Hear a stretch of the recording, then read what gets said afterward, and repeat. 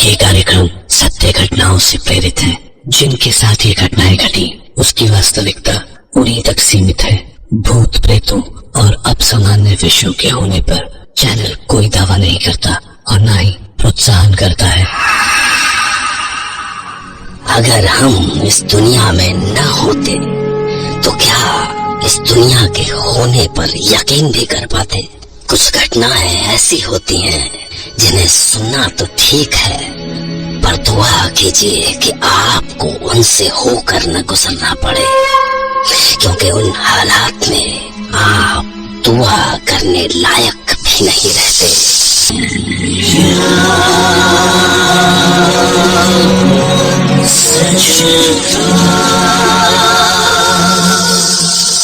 आज की कहानी राकेश पासवान की है और वो अपनी कहानी खुद सुनाएंगे। वो एक कंस्ट्रक्शन कंपनी में कारीगर थे और अनजाने ही एक ऐसी खौफनाक घटना से गुजर गए जिससे गुजरने के बाद उन्हें खुद यकीन नहीं होता कि आज वो जिंदा कैसे हैं। पर क्या आप उस घटना पर यकीन करेंगे? शायद। वहाँ बड़ा सा ताल था। ताल के बीचों बीच टापू में बांस का जंगल और जंगल के बीच एक बहुत पुराना महल। महल वैसे तो बहुत सुंदर था पर बहुत ही पुराना था। 700-800 साल कह रहे थे लोग। इसी से उसका हालत बहुत ही खराब हो चुका था। तो सरकार उसका मरम्मत कराने का सोचा तो बहुत सारा लेबर जो है, कारीगर जो काम पे लगा, उन्हीं में हम थे। हम और हमारा औरत सुमन और हमारा 1-1.5 साल का बच्चा सूरज, हम दोनों लोग जो है, हम और हमारी पत्नी वो पूरा दिन भर काम करते। सब सूरज जो है वो हमारी पत्नी के कमर से बंधा रहता था। दिन भर काम वाम सब खत्म करके महल के एक छोटा सा कोने में कमरा बचा था, वहीं पे हम खा पी के सो जाते थे। कुछ दिन तो सब ठीक ठाक रहा, पर फिर एक दिन रात में बहुत अजीब अजीब आवाज सुनाई देने लगा।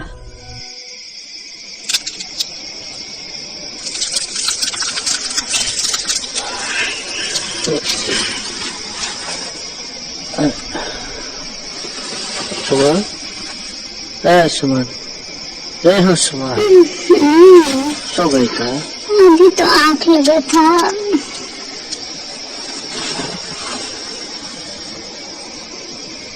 सुनो तो, तुमको कुछ सुनाई दे रहा है? कहाँ? सुनो, कैसा कटकटा रहा है।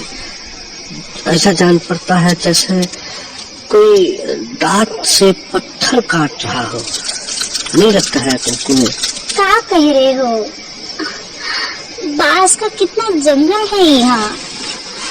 हवा से बांस रगड़ता है तो होता है ना ऐसा आवाज।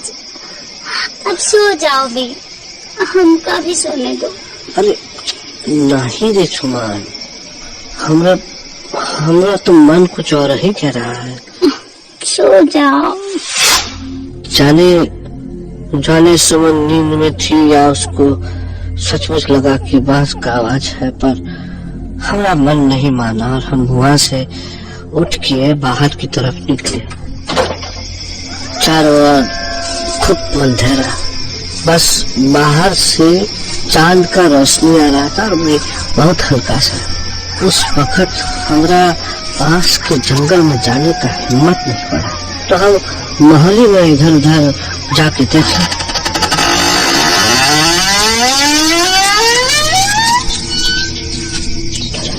कहाँ से आ रहा है ससुर करना थी आवाज, समझ नहीं बुझा देगा। कोनो आदमी, कोनो जानवर कुछ नजर भी नहीं आ रहा है, पर अंधेरा के अलावा वहाँ कुछ नहीं दिखा।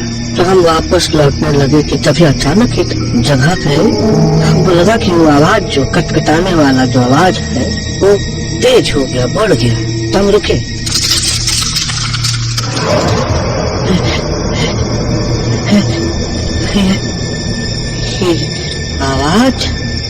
ये आवाज आ रहा है, ये हमारा वहम नहीं है।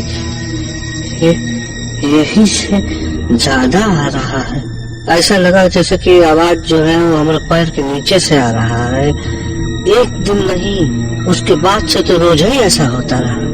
फिर एक दिन हम ये एकदम निश्चय किए कि भाई हम इंजीनियर साहब से एक बारे में बात करेंगे, पूछेंगे उनसे। तो हम पूछे, इंजीनियर साहब आपसे कुछ पूछना था, यहाँ नीचे कोनो तहखाना है क्या? क्यों, तुम्हें ऐसा लगा क्या? वो रात को कुछ आवाज सुनाई देता है नीचे से तो। तुम्हारा मतलब नीचे कोई रहता भी है? हाँ साहब, हमको तो लगा कि। अरे परेशान मत हो, मैं देख लूंगा। पहले इसमें बेसमेंट तो होते ही है, यहाँ भी जरूर होगा। साहब जैसा बोले थे, वो तहखाना ढूंढने का कोशिश किए तो उनको एक चोर दरवाजा मिला, पर उस पर जो है एक जे बड़ा मोटा सा एक ताला लगा था, और ताले में पूजा का जो रोली न होता है और टीका सिंदूर ये सब का पीला कपड़ा बंधा हुआ था।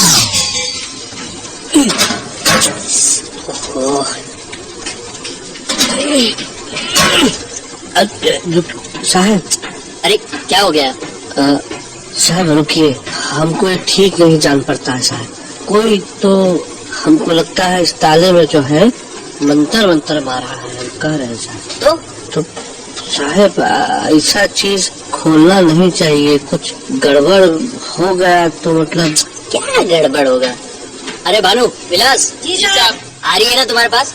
ताला काटो। अब साहब हम तो कह रहे हैं, मान जाइए साहब हमारी बात, ये ताला मत तोड़िए। अरे कुछ नहीं होगा।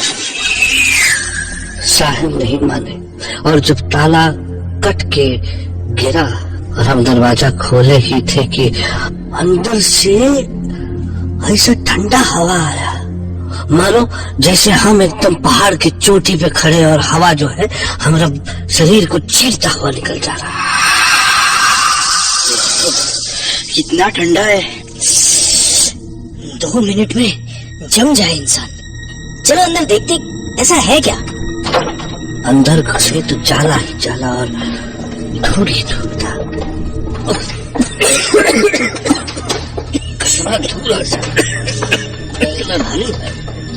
पर एक बात बहुत अजीब था, हमको किसी का सांस लेने का आवाज साफ सुनाई दे रहा था वहां। और जैसे ही हम पलटे, अचानक जोर से दरवाजा हिला। ऐसा लगा जैसे कोई था वहां जो दरवाजे से टकरा के बाहर की तरफ जोश निकल के भाग गया। ये क्या था? कुछ समझ में नहीं आ रहा साहब, कोई जानवर रहा होगा। जानवर इतना बड़ा और किसी को दिखा भी नहीं? कुछ और होगा साहब। जानवर होता साहब तो फिर बरसों से बंद तहखाने में जिंदा कैसे रहता साहब? अरे बकवास मत करो, कुछ और होगा। उस दिन क्या हुआ किसी को कुछ समझ नहीं आया, पर उसके बाद से हमारा जीना हराम हो गया। रात भर वही आवाज आता रहता, कभी बिल्कुल हमारे पास जैसे कोई पत्थर चबा रहा। नहीं, शायद किसी का हड्डी चबा रहा, जैसे लकड़ बग्घा चबाता। हम सुबह किसी को बताते तो कोई हमारी बात नहीं मानता था। और फिर एक रोज आधी रात में अचानक किसी का चलने का आवाज से नींद खुला।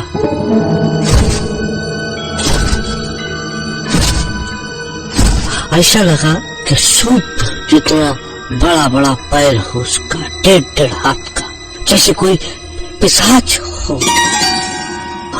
हम बहुत डर गए साहब, इसलिए एक दिन हम ये बात पास के गांव के एक बुजुर्ग से कहे, ये सोच के कि वो कुछ हमको बताएंगे इसके बारे में। फिर कहा देखते हैं कि बुजुर्ग ये बात सुन के जैसे पीला पड़ गया। अनर्थ हो गया, अनर्थ हो गया। का हुआ? आप जानते हो उसको? अरे वही है ये। आप डराइए तो नहीं ना, विस्तार में समझाइए। अरे भाई, बहुत पहले ये महल आबाद था। तब यहाँ राजा था किशन बहादुर और उसका रानी था सुमेरा। आसपास का 100 गांव का रियासत था उनका। हाँ, बहुत अच्छा से चल रहा था सब। पर धीरे धीरे राजा बदलने लगा। प्रजा से उनका अपनापन खत्म हो गया। प्रजा भी उनसे दूर होने लगी। अब राजा सारा दिन इन बांस के जंगल में भटकता, वहीं पे कुछ जानवर वानवर मार के खा जाता, बिल्कुल पिशाच जैसा। और जब जानवर खत्म हो गए तो एक एक करके इंसानों को खाने लगा। कुलगुरु समझ गए कि ये उनका राजा नहीं है, किशन बहादुर के अंदर कोनो दूसरा ही आके बैठा है। पर उनके पास कोई चारा भी नहीं था। तो एक दिन जब सबने महल में जाना बंद कर दिया तो कुलगुरु रानी से जाकर बोले, महारानी, अब आप भी चलिए। ये हमारे राजा नहीं, पिशाच है। तड़प तड़प के मरने दीजिए इसे यहाँ। चलिए आप। नहीं गुरुजी, हमारा धर्म कहता है कि ये जो भी है, जैसा भी है, हमारे राजा के शरीर में है, इसलिए हम इसे छोड़ के नहीं जा सकते। बस फिर कुलगुरु भी महल छोड़ के चले गए। इसका बाद वहाँ वो पिशाच था और रानी। पर कुछ दिन बाद कुलगुरु से रहा नहीं गया और वो रानी का हाल लेने महल पहुँचे। पर वहाँ उन्होंने देखा कि चारों ओर खून ही खून फैला है और उसके बीच बैठा वो पिशाच रानी को खा रहा है। ये देख के कुलगुरु गुस्सा से कांपने लगे। नीच, तू हमारा राजा हो ही नहीं सकता। तू पक्का पिशाच ही है। जब सबने तुझे छोड़ दिया तब रानी तेरे पास रही, क्योंकि वो समझती रही कि तू जो भी है राजा के शरीर में है। उस शरीर की पूजा करती रही वो। पर तू उन्हें भी खा गया। तेरी एक ही सजा है, जब तक ये दुनिया है, ये महल है, तू इस महल के तहखाने में बंद रहेगा और तू खाएगा, पर अपनी हड्डियों को।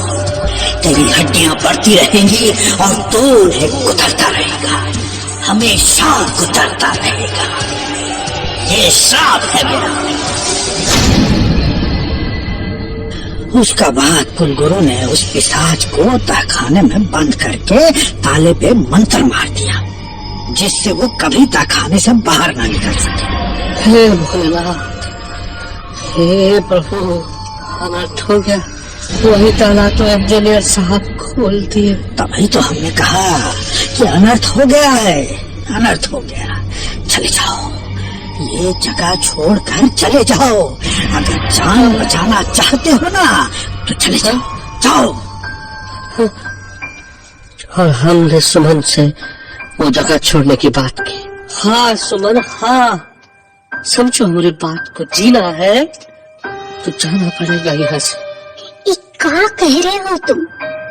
नहीं जी, हमरा जीना बड़ी बात नहीं है।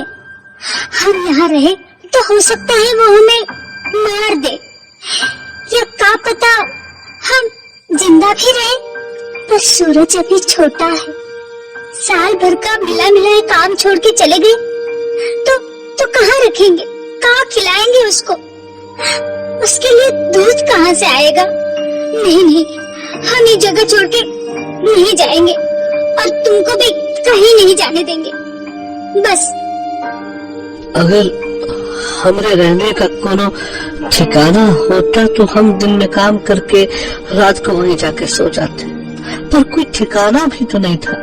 तो हमको और मजदूरों के साथ वहीं उसी जगह पे रुकना पड़ा। और जैसा डरता साहब वही होने लगा। अब वो पिशाच जो है वो आजाद हो चुका था, छूट चुका था, उसका दरवाजा ताला सब टूट चुका था और वो अपनी हर दिन बढ़ती हड्डी चबाने के श्राप से छूट चुका था साहब। और फिर हर रात एक के बाद एक मजदूर गायब हो गया।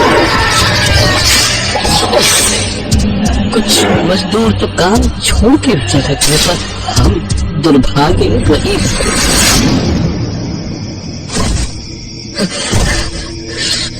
सुमंत, ए सुमंत, सो गई कहा? डर से नींद कहाँ आता है? देखो, उसका चलने का आवाज आ रहा है। आज वो यही है, हमारे पास डोल रहा है। सुमन, सुनो मेरी बात ध्यान से सुनो। कुछ भी हो जाए, कुछ भी, सूरज को अपने सीने से चिपका के रखना, समझे? तुम भी सोने का कोशिश करो। सोएंगे नहीं तो दिन में काम कैसे करेंगे? उस रात बड़ी कोशिश के बाद नींद आया, पर आधी रात अचानक हमको बहुत जोर का दर्द हुआ।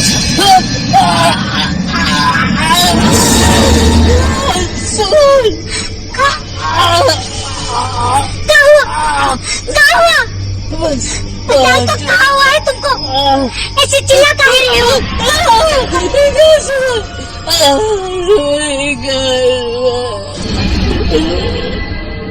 हुआ क्या था, ना हमको अंधेरे में पता चला, ना हम समझ पाए। और फिर जब हम अपने पैर पे हाथ लगाए तो हमारे पैर पे खून था। वो पिशाच हमारा पैर खा लिया था, वो भी घुटनों तक। और फिर जब कई दिन बाद पैर का घाव भरा तो हम बैसाखी पे खिसकते हुए उस मनुष्य जगह से निकल गए। चलो सुमन, हम नहीं रुकेंगे यहाँ। चलो चलो यहाँ से, भूखे ही मरेंगे तो मर जाए। यहाँ रुके तो जिन्ना खाएगा हमें वो। पर बस हम उस जगह से ही निकले, मुसीबत से नहीं निकल पाए। उस रात एक गांव के बाहर ट्यूबवेल की कोठरी में डेरा डाले ही थे कि वहाँ भी शुरू हो गया सब। रात सोते वक्त अचानक उसका आवाज से आँख खुला। कभी उसके चलने का आवाज तो कभी एकदम कानों के पास उसकी सांसों का आवाज। हम परेशान होके उठे और लगे उसको ढूंढने कि आज हम इसको देख कर कहा तू सामने काहे नहीं आता? डरपोक कहेगा, सामना कर। हम नहीं डरते तुझसे, नहीं डरते हैं तुझसे। चुप करो, क्या कर रहे हो? चुप हो जाओ, मान जाओगे। जाएगा हम सबका। आज हम इसका सारा किस्सा खत्म कर देंगे और मर के नहीं जी सकते। कहाँ छिपा है? निकल बाहर, दिखा तुझमें कितनी ताकत है। क्या ताकत है, दिखा। हम गुस्सा से फट पड़े। उरोस ऐसा गुस्सा था कि आज दिख जाए तो या तो वो नहीं या हमने। सामने कह नहीं आता, डर गया था। आज सामने हमको लगा कि इस सारा बस हमारा डर था। डर खत्म तो वो भी खत्म। हम जानते थे कि आज जो हमारे सामने नहीं आ सकता, आ सकते वो आया भी नहीं। पर तभी हमको सुमन का आवाज सुनाई दिया। हम सुमन की ओर भागे। खेद सुमन,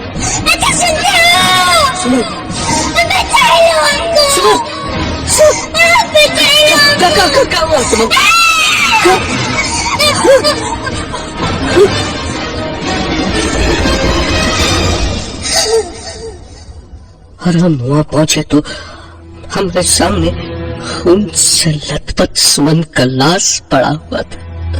और जानते हैं उसको कौन खा रहा था? उसको हमारा 1.5 साल का बच्चा सूरज खा रहा था। चारों ओर खून फैला था और उसके दूध में बैठा हमारा छोटा सा सूरज चबा रहा था अपनी माँ का हड्डी।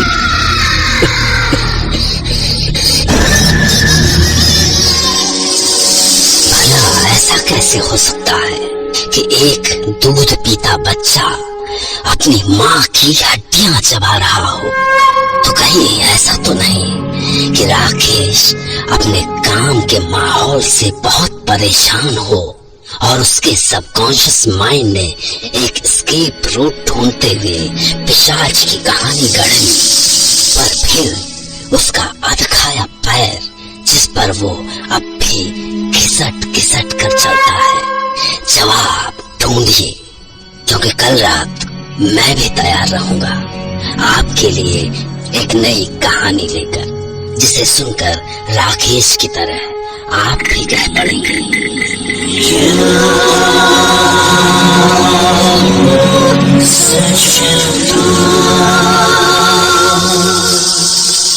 और एक आखिरी बात, शायद आप भी रात को अकेले तो नहीं सोते, तो फिर कौन सोता है आपके साथ?